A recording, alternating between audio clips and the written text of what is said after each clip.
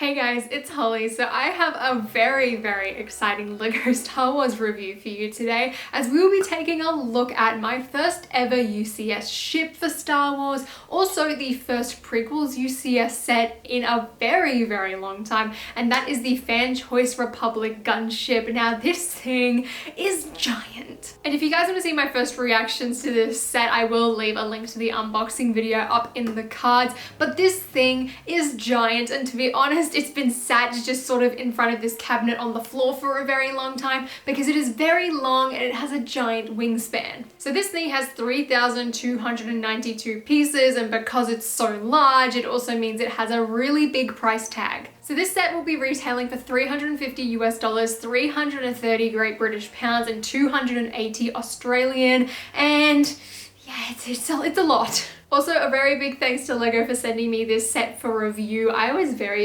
excited when I opened it, considering I hadn't seen any of the images when I received it. Now this set, as you well know, was a fan vote for the next big UCS set, and there was a lot of people who were campaigning for the gunship. For me personally, I probably would have just preferred a regular playset one, because that way it's minifigure scale, and that's kind of where my thoughts with this set lie. I feel like you're either going to love it or you're going to hate it. The overall design pretty much looks exactly as you'd expect it to, but because it's a UCS set as well, it only comes with 2 minifigures, which I know a lot of people are kind of going to be revved up about. For me, I saw it coming. UCS sets don't really have a wide range of minifigures. Like literally, look at the Imperial Star Destroyer that's like twice the price and only has 1 figure. At least this one's got 2. Now, as you can see, I've had to sort of sit this set on top of a little square IKEA coffee table, and that is how we're going to be reviewing it, because this thing is just too big. So I'm just going to do it on that tiny desk and we'll have a close look at it. Also, you might be able to see that my box does have the wrong logo on it. So LEGO has actually come out and admitted fault to this, and they said that they will be working on correcting the logo. As you can sort of see in the press kit images, they've already fixed it there, but this logo is actually wrong several places on the box, as well as the instructions. And whether or not that's been fixed in sort of the first wave of purchases, I have no idea. I feel like maybe some of them might still have the old logo, if not the entirety of sort of the first wave of purchases. So if you really care about having the correct logo, I'd sit and wait this one out. Otherwise, if you're interested in some sort of maybe collector's item, LEGO Star Wars is nuts. I can see this being quite a sought after thing for some reason. Honestly, I was just gonna throw my box away. Now I'm kind of tempted to keep it. So just keep that in mind when you are buying it, but let's go have a look at this ship. So here's a filming angle I don't think we're ever going to see again, but here is the entire Republic gunship up close. As you can see, it's very large, so much so that it needs its own table, and I need to film this entire review in front of my wardrobe door. But before we even get started on that, let's have a look at our 2 minifigures, because honestly, LEGO did not really focus on these at all in any of the images, not even on the box, so let's go have a look. So our first figure is Mace Windu, and honestly, I'm not a huge fan of this selection for a figure. I think a lot of people are probably in agreement with that. I personally am not mad at it. I feel like a lot of other people might be.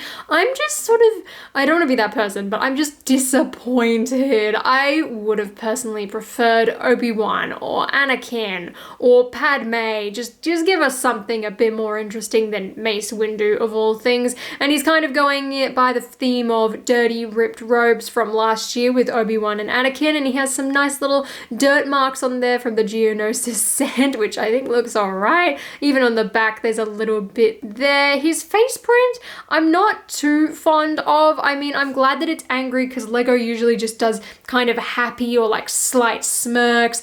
But I feel like this one does quite work. I just don't know what I think about the actual mouth shape in particular. And then of course as well, Mace does come along with his purple lightsaber, which looks pretty cool. He's also got some nice hip and leg printing. It is a shame though to see that they didn't really like dual mold the legs or do any arm printing. I mean, arm printing I can kind of get with this Mace Windu figure, but in a way I would have liked to see some dual molded legs and then like print the boots on the top and have some side leg printing even, because he just looks very bland. And for a set this expensive and you only get 2 figures, I would like to see these 2 figures be like really good, like top quality figures. But besides that, the torso printing detail is really good. I just don't think this figure is anything too special, to be honest, and it's definitely not a reason to buy this set at all. I really would have loved to see Obi-Wan Kenobi, and considering how popular of a character he is, I think people would have been a lot happier too. Next up, in the official words of LEGO, we have Clone Trooper Commander, which to me, I kind of love this figure because it feels like a massive slap in the face to everyone who was demanding and campaigning for Commander Cody. Look, I would have loved to have seen a Phase 2 Commander Cody. I feel like it just would have been a bit more detailed, but I actually kind of want to applaud LEGO for doing this. I just think it's absolutely hilarious because I feel like if anything, Commander Cody would be done in a cheaper set. More people would be able to get him, make him a bit less exclusive. Like if he was in this set, it would be a bit too unattainable and I feel like people would have gotten mad. So I think just having a regular clone trooper that's probably as well going to appear in other sets is probably a really good way to go. Again, I feel like the detailing on this figure isn't that great for a UCS set, which is why I feel like he'll pop up again in the future, because I would have loved to see some nice arm printing, dual molded arms, just a bit more detail, even some hip printing. So to only see it really be the torso and the legs and the helmet, it just feels kind of slack, to be honest. And for a set this expensive, I know that it's a UCS set and you really don't buy it for the figures, but it's just a bit disappointing. And underneath as well, you do have the new angry clone trooper head, which is a lot more accurate. But personally, even though these two figures do feel kind of weak, I'm not surprised that they didn't do someone like Jedi Bob, because for the average Star Wars fan who is probably going to have the money and the budget for this set, probably won't know who Jedi Bob is. As a new LEGO Star Wars fan myself, I had no clue who Jedi Bob was for the longest time, and I personally would not want to see a figure like that in a set that's this expensive. If anything, I feel like he should be an anniversary polybag as a nice gift with purchase for purchasing the gunship. I feel like that would have been better, but in terms of putting him in the actual set, it didn't make any sense, so I don't really get why people are too overly upset that he's not in this set. I can see a bit of disappointment, but I think overall it was a bit unrealistic to expect that. So before we take a look at the ship itself, I do want to focus on the stand for a bit and have a look at this Republic Gunship Plaque. It looks really nice. I love the illustration there, as well as all of the information. And then there is space to stick the minifigures on either side. However, they do just kind of stand there. There's not really any specialty space. You just get a few extra studs. It's not built up or made as a nice display platform in any way. And overall, the stand does feel quite weak, honestly. I didn't actually know if this was going to be able to hold the weight of this set, considering how heavy it is. You've got this long sort of curved base here and a kind of spot for the ship to rest on, and then you've got a smaller version of that on the other side, and you'll see this little white gap here, and that's kind of how the actual ship just sits on the top. There is a slight 2x2 hole in the ship, and there you kind of have to line it up so that this white will stick through. It then rests on these two kind of flat studs over here, as well as these Technic parts, and that's about it. And as you can see, this kind of moves and adjusts so that it can sit at the correct angle for the stand, and then you've just got the little plaque hanging off the top. It's really nothing that intricate or amazing. I don't particularly think it's that strong, which is why I think it is so short.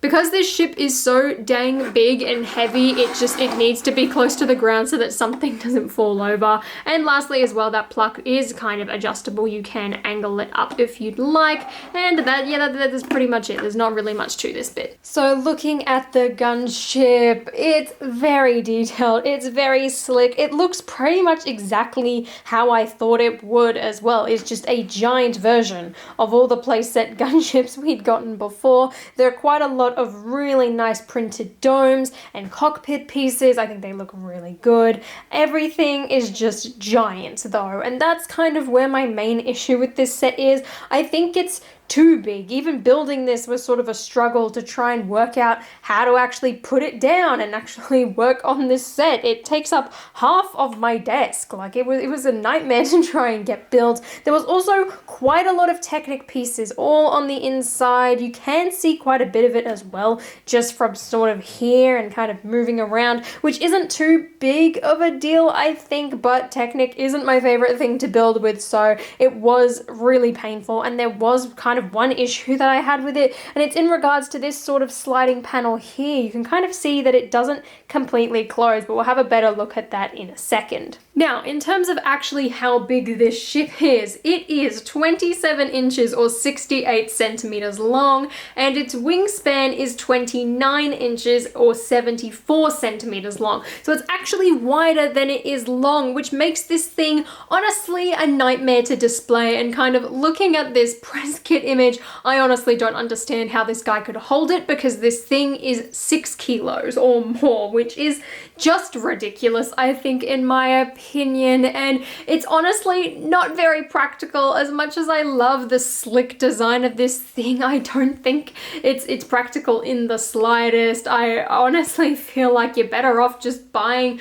a playset version. They're roughly the same price, and at least the playset version you can display a bit easier. Now, looking at the front of the cockpit, we do have 2 giant printed pieces, both at the front and at the back. They do have slightly different prints, but the variation between them really isn't that big. There's also a stickered round panel showing the Republic logo, as well as a few other translucent stickers over here with this kind of yellow detailing. However, unfortunately, there is a grey sticker, which just doesn't look that good, considering how much of a color difference there is between this gray piece and the gray sticker. And at this point, for a set this expensive, marketed at 18 plus, this really shouldn't be happening. This also happened with the recent T2 camper van, the Volkswagen one that got revealed the other day. I really do think that these should either be translucent stickers, just like the yellow ones, or just print the pieces. Like, we are paying a premium price tag for this stuff, so when it is kind of stuck there and the variation in color differentiates that much,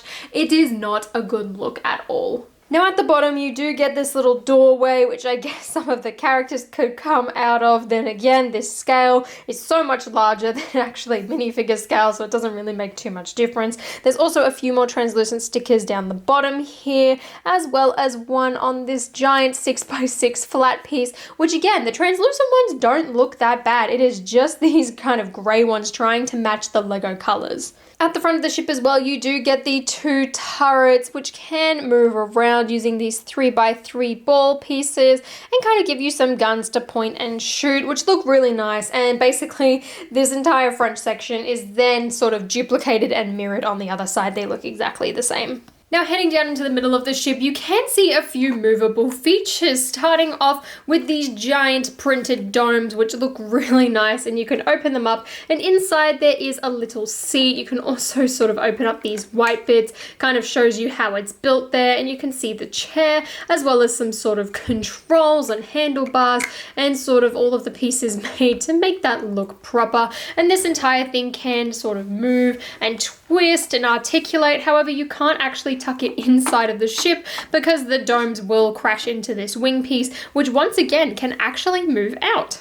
This entire thing is built with Technic and can slide in and out. Now, on my particular version of the ship, and I did have quite a lot of trouble kind of building it, I had to go back several times, see if I made any mistakes, but I couldn't find any. And luckily this side does line up pretty nicely. It sits pretty flush with the rest of the ship, but the other side does not have that same sort of thing. These pieces can articulate, and I don't know where the other one sort of hits, and I'll show you that in a second, but you can bring that out, kind of sit it there, and in the inside you can see quite a lot of the kind of Technic base that builds up this ship. There's also a few control panels here that kind of move slightly as well. If you look really closely, you can sort of see the gap for where that piece slides in to attach to the base. So that white piece just sort of sits in there, and that is how you connect it up and rest the ship on its little stand here.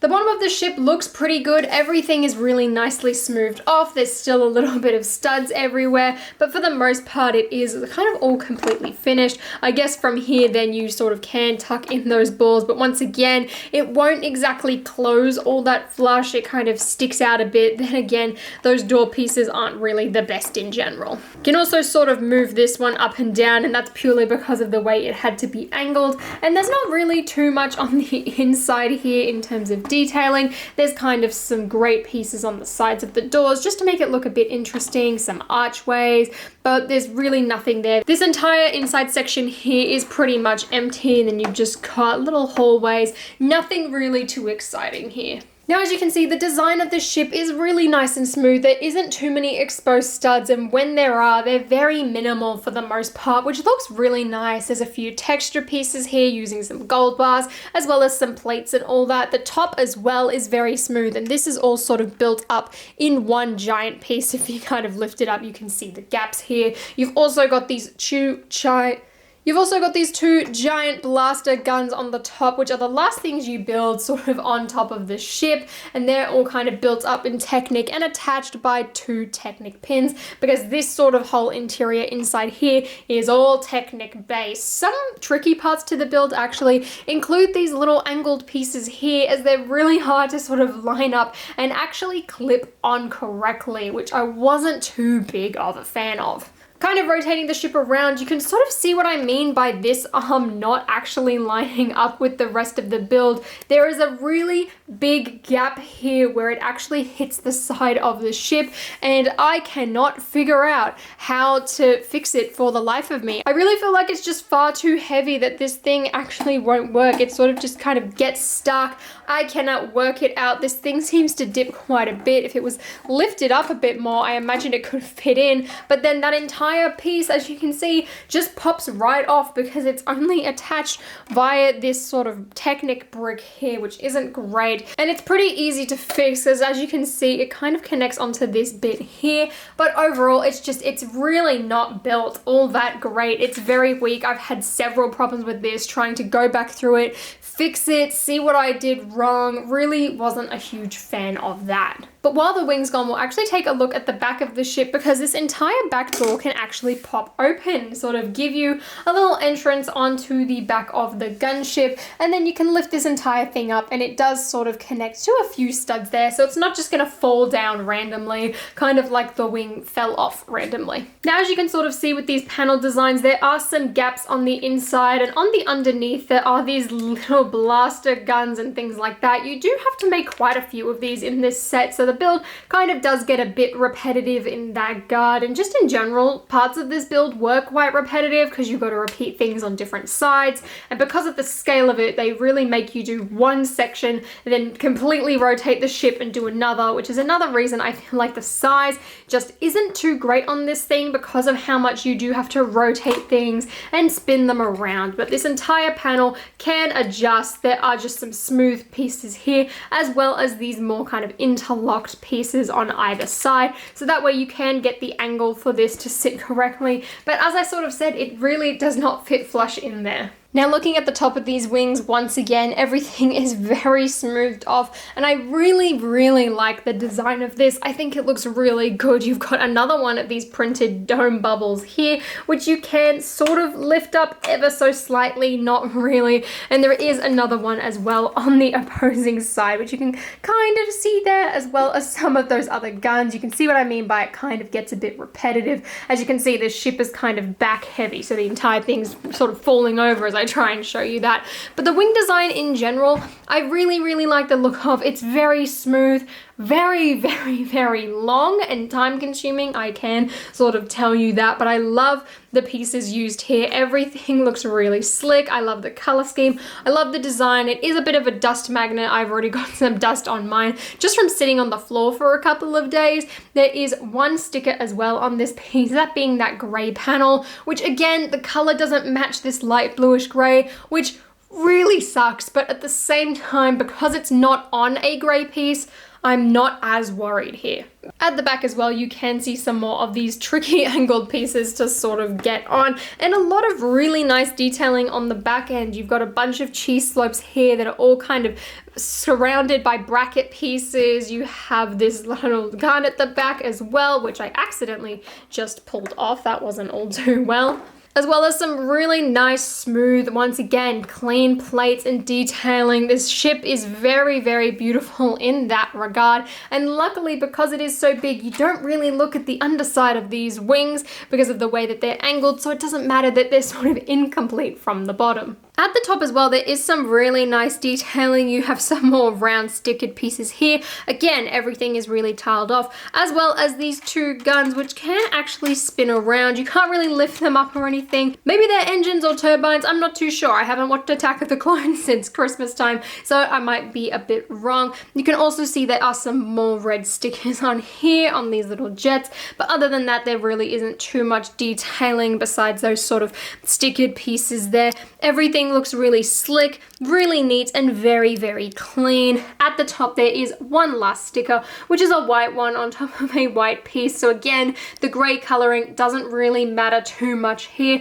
It's really just on those side pieces right at the front. And in case you wanted to see what I mean by the sort of underside not being completely finished, you can see that this back panel here is all completely studded off, and that's really not going anywhere besides that piece that can drop down, which again, there are two studs that sort of attaches to, as well as just the angled pieces lining up. It's, yeah, like I said, it's really not going anywhere. You can also see sort of the issue with this wing here and how it is dropping down so much compared to the other side. I really don't know how I'm going to fix that. I cannot work out what the issue is at all. I feel like a lot of it just is weight. I just broke it again. I've had that problem so many times. It's really frustrating at this point. But even the underside of the wings, there is a lot of exposed plates, but like I said, because of the angle, you don't really notice it. So I'm not too fussed like I usually would be, like something like the Imperial Shuttle, for instance. In this case, it really doesn't matter all that much.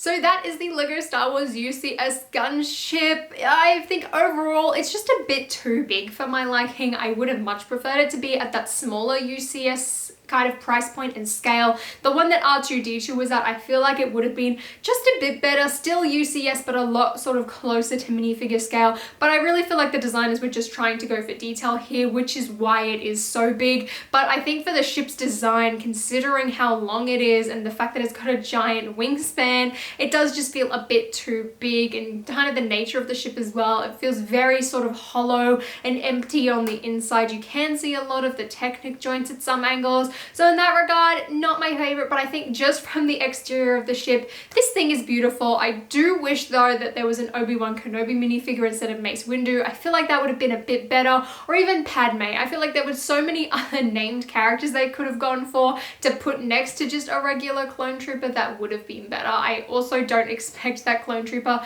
to stay exclusive, so do keep that in mind. I think there's no real guarantee of that. That's just sort of my thoughts and theories. Now, as well, as much as I love the design of this set, I personally don't think that I would go out and buy this with my own money. I just think because of the size, it's very impractical. You couldn't really store it on a shelf. I really feel like you need a table like this. Luckily, this table was like $10 from IKEA, so it's not too bad, but it's really about trying to find the space for it. I don't know what I'm gonna do with this. I don't know where I'm going to put it. So yeah, in that kind of way, I probably wouldn't have gone out and bought this with my own money, but I do think it looks pretty cool.